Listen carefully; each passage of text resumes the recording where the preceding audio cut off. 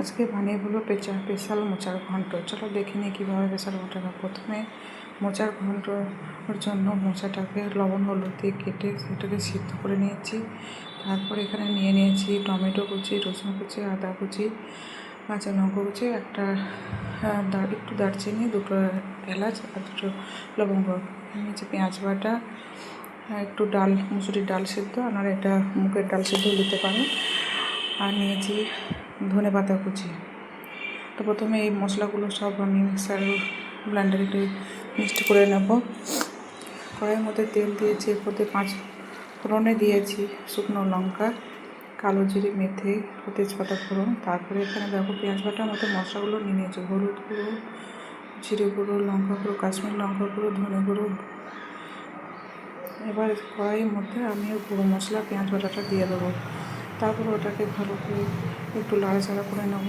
নাড়াচাড়া করে নেওয়ার পর একটু সামান্য কষিয়ে নেব। একটু কষিয়ে নেওয়ার পরে যখন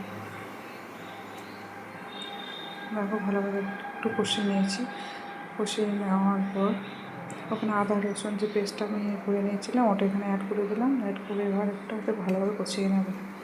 তোমরা এভাবে বানিয়ে দেখবে, খেতে খুব ভালো লাগবে।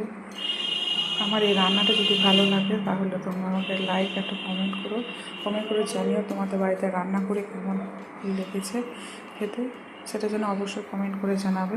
দেখো মশলাটা ভালোভাবে কষানো হয়েছে, তাও আর একটু ভালো করে কষানোর জন্য একটু জল দিলাম। এই কারণে টমেটোটা দিয়েছি, একসঙ্গে পেস্ট করে নিয়েছি টমেটোর গন্ধ মারার জন্য, আর একটু জল দিয়ে ভালোভাবে কষিয়ে নেব। এবার লবণ পরিমাণ মতো দিয়ে দেবো, আবার নাড়াচাড়া করতে থাকবো। দেখো মশলাটা অনেকটা কষানো হয়ে গেছে।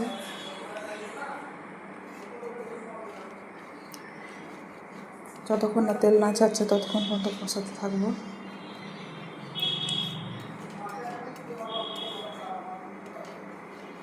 ভালোভাবে কষিয়ে নেব। মিডিয়াম আঁচে রাখবো যাতে মশলাটা তলায় না ধরে যায়। ভালোভাবে নাড়াচাড়া করতে থাকবো।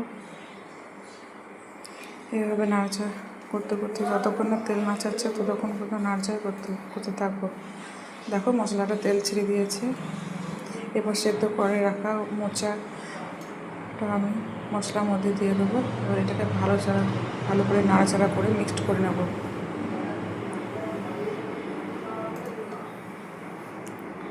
এভাবে বানালে মোচাটা খেতে খুব ভালো লাগে, আর গন্ধটাও খুব ভালো বের হয়েছে।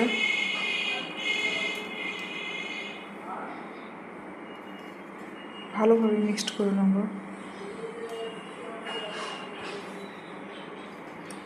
ভালোভাবে মিক্সড করা হয়ে গেছে। দেখো অল্প অল্প করে নাড়তে হবে, বেশি নাড়াচাড়া করলে ওটাকে একদম গলে যাবে।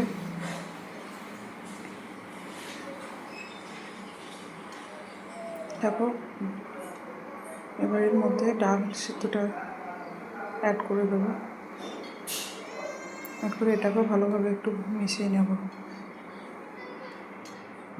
ভালোভাবে নাড়াচাড়া করে নেব। এরপর পরিমাণ মতো জল দেবো, যাতে খুব না হয়ে গ্রেভি টাইপের হয়ে যায়। একটু নাড়াচাড়া করে যতক্ষণ না জল না মরছে ততক্ষণ পর্যন্ত আমার মোচাটা রেডি হচ্ছে না। এবার ঢাকাটা দিয়ে দিলাম। 10 মিনিট পর ঢাকাটা করে দেখো, দেখে নেবো যে জলটা অনেকটা মরে গেছে। এবং এর মধ্যে চিনি দিয়ে দেবো পরিমাণ মতো। আমি 1 চামচ দিচ্ছি, তোমরা যেরকম খাও সেরকম দেবে। একটু মিষ্টি হলে খেতে আরও স্বাদ বের হয়। চিনিটাকে ভালোভাবে নেড়ে নেবো। নেড়ে নেওয়ার পর এখানে ধনে পাতা দিয়ে দেবো। ধনে পাতাটাকে ভালোভাবে মিশিয়ে নেব।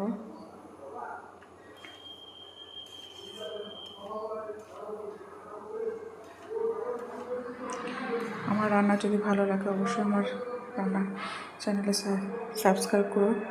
এবার একটু সানরাইজ শাহি গরম মশলা আমি অ্যাড করে দিলাম। আমার মোচার ঘন্ট রেডি।